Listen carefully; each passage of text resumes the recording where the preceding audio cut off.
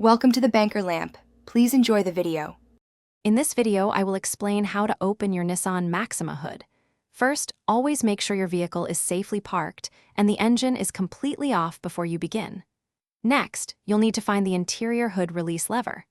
This is usually located on the driver's side, beneath the dashboard, often near your left knee. Give it a firm pull towards you. You should hear a slight pop from the front of the car, indicating the first latch has released. Once you've pulled the interior lever, the hood will slightly unlatch, creating a small gap. Now, move to the front of your Maxima.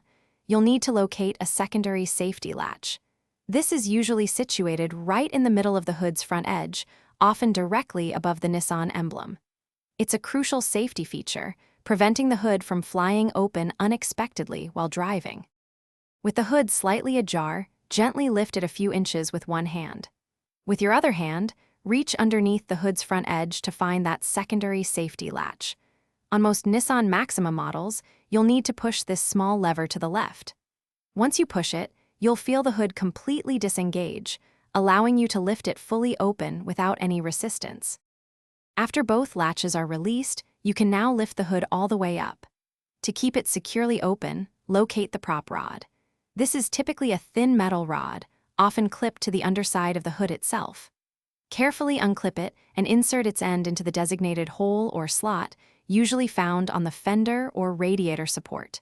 This ensures the hood stays safely open while you work, preventing it from accidentally closing. Thanks for watching. If this was helpful, leave a like and consider subscribing. See you next time.